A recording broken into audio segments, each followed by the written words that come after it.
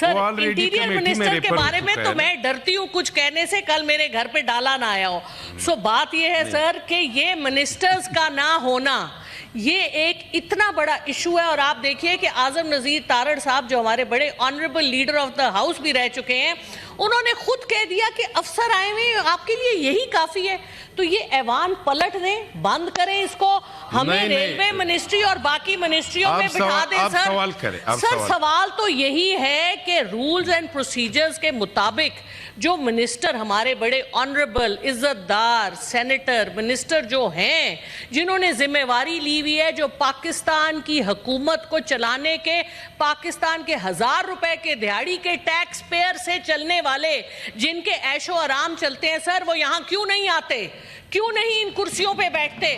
اور کیوں نہیں ہم جو 86 سینیٹر ہیں، ہم کیوں نہیں یہ انشور کر سکتے کہ ہمیں وہ پراپر پوزیشن دی جائے، وہ پراپر آواز دی جائے؟ سر یہ سب ناٹک ہے. سر یہ ناٹک اسی لیے یہ ملک ادھر پہنچ گیا ہے جہاں اعظم نذیر تارڑ صاحب کہہ رہے ہیں سب اچھا ہے.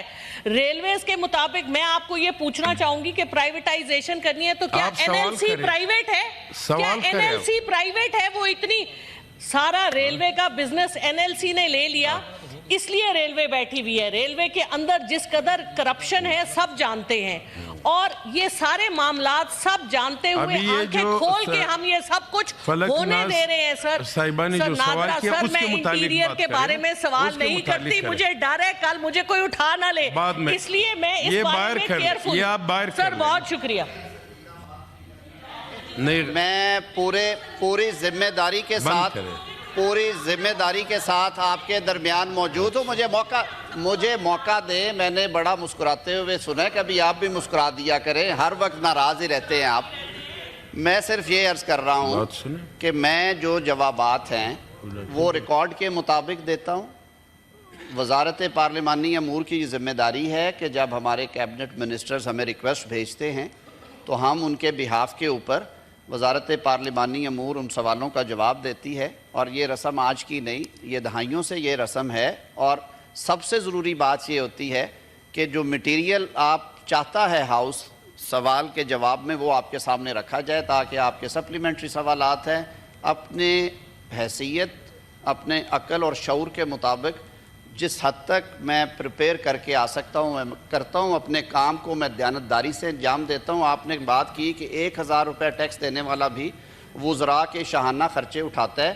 میں یہ بات آج وضاحت سے کہتا چلوں کہ موجودہ وفاقی کابینہ کے تمام اراکین تنخواہ نہیں لے رہے، وہ بغیر تنخواہ کے اعزازی. میں عرض کر دیتا ہوں آپ کو. جب آپ سوال کیا تو آپ اس کا جواب اگلی سن لیں پلیز.